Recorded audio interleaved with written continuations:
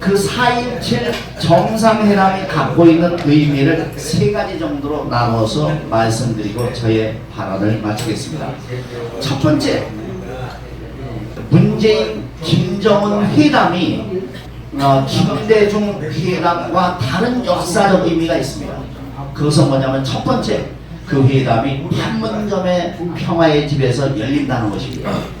판문점 평화의 집에서 열린다는 것은 뭐냐면 어떤 화려한 의식, 의전 절차, 의장 이거 없다는 얘기거든요. 실무로 바로 들어가겠다.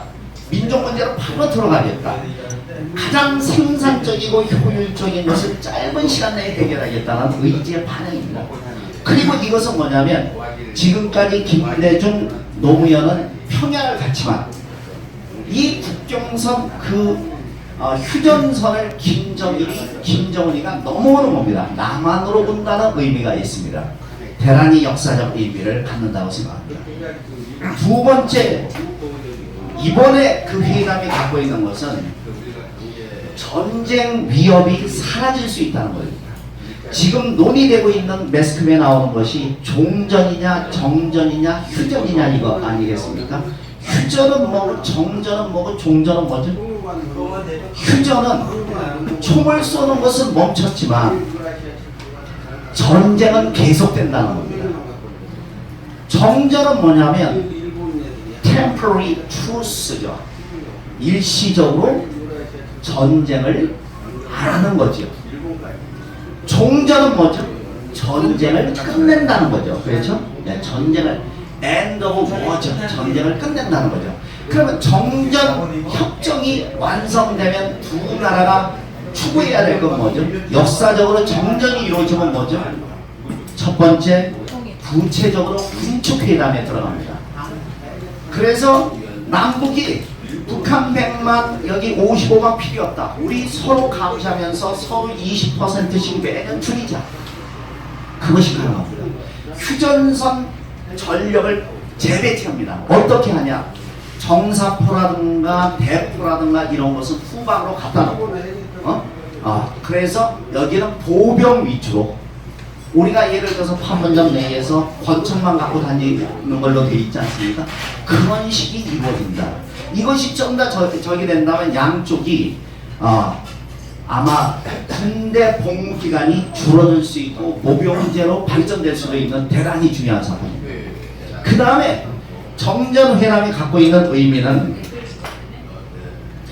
북한의 관광이 가능하고 비무장지대 일부가 개방이 되고 아까 얘기했던 유라시아 철도가 되고 가장 중요한 것은 뭐냐면 코리아 리스크가 해제되는 겁니다. 코리아 리스크가 뭐죠? 남북이 분단된 것으로 인해서 해외 투자가 지금 들어오지 못하고 있죠. 그 다음에 우리나라 주가가 저평가당하고 있죠. 이것이 모두 회복된다는 거죠. 대단한 그런 경제적 부흥이 가능하다는 것이죠. 그리고 한국과 이 체제의 통일 한국의 가능성이 높아진다는 거죠. 그리고 이번에 이 회담이 갖는 세 번째의 대단히 중요한 사건은 뭐냐면 북한이라는 불량국가, 악의 축인 외교 무대에 세계 외교 무대에 정상과로 등장시킴으로써 대한민국의 외교적 역량과 국격을 높인다는 거죠. 여러분들이 대한민국이 얼마나 대단한 나라냐면 우리는 과소평가하고 있지만 여러분들 러시아가 지금 인구가 1억 4천만입니다. 작년도 러시아의 GDP가 얼마냐면 1조 4천억 달러입니다. 우리나라 5,100만 인구의 우리나라 GDP가 작년도에 러시아보다 많습니다. 1조 5천억 달러입니다. 대단한 나라입니다. 인구 크기로 이래 따지고 있잖아요.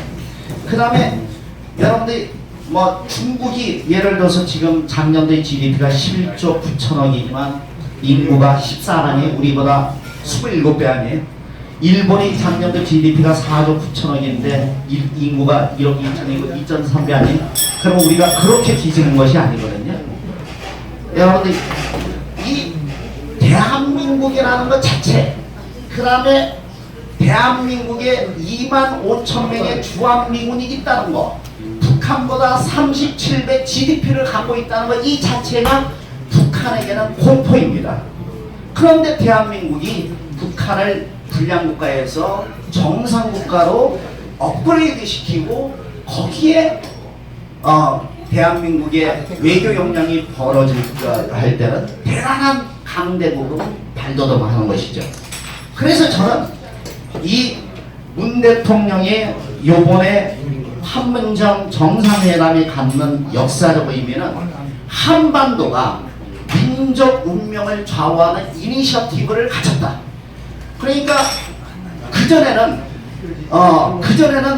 김대중 대통령 이전에는 미국 국무부의 한국 과장이 한국의 운명을 결정하고 노선을 결정했지만, 김대중 이후에는, 그러면 이것은 뭐냐면 1894년 동학농민 당시에 이 조선을 청나라가 먹을 것인가 일본이 먹을 것인가, 그 주도권 속에서 3만의 동학농민이 학살되고 30만의 양민들이 학살됐던 그 후로 우리는 그 식민지를 벗어나지 못했고 문화적으로 경제적으로 벗어나지 못했던, 아직도 우리는 군사작전권을 갖지 못했던 이 모든 것들이 남북회담을 판문점 회담을 통해서 그 이니셔티브를 갖고 진정 문재인이 얘기하는 그런 좋은 한반도 운전자의 주요 역할을 할 수 있다.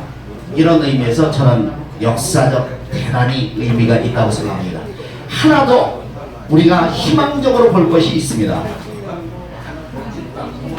왜 김대중 6.15 선언은 대단히 가치가 있었음에도 불구하고 결실을 맺지 못했느냐? 그것은 6.15 정상회담이 끝나고 나서 10월 달에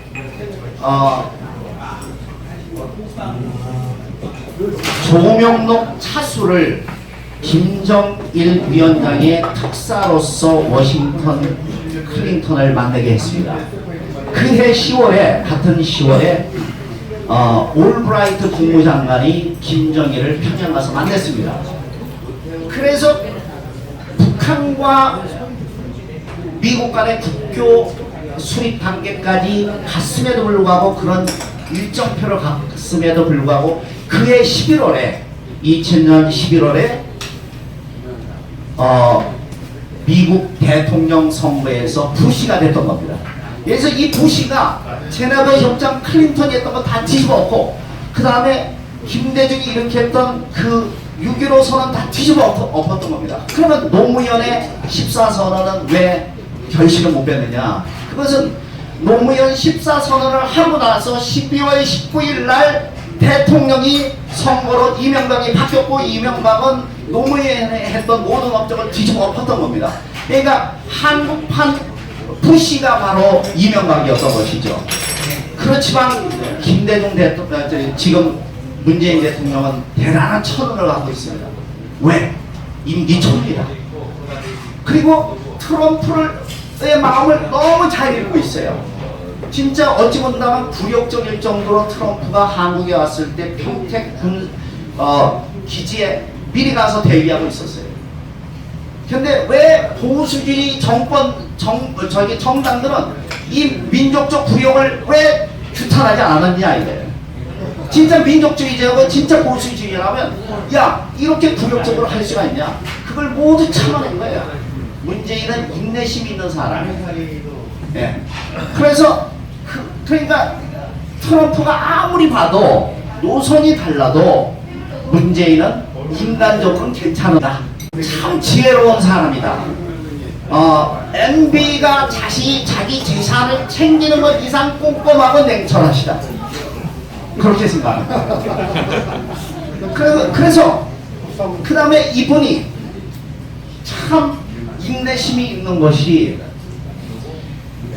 인내심이 있고 철학이 있는 것이 다 지금 투영되고 있고, 미국의 뉴스 방송이 물었습니다. 지금 남북 정상회담이 가능한 것은 무엇이라고 생각하냐 이랬을 때 트럼프 덕택이라고 생각합니다.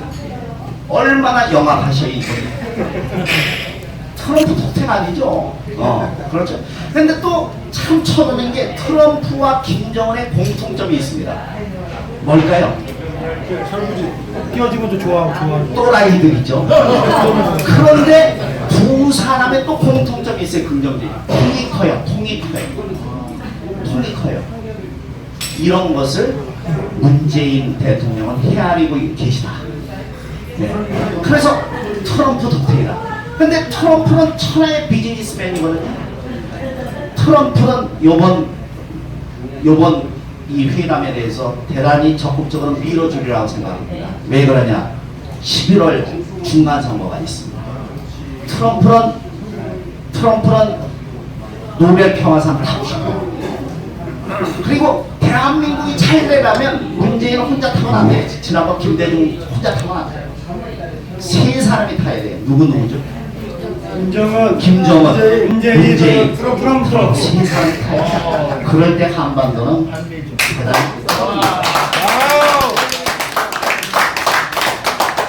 그래서 이번 정상회담은 이 문재인, 그 국민들이 얘기하는 그 문재인 보유국.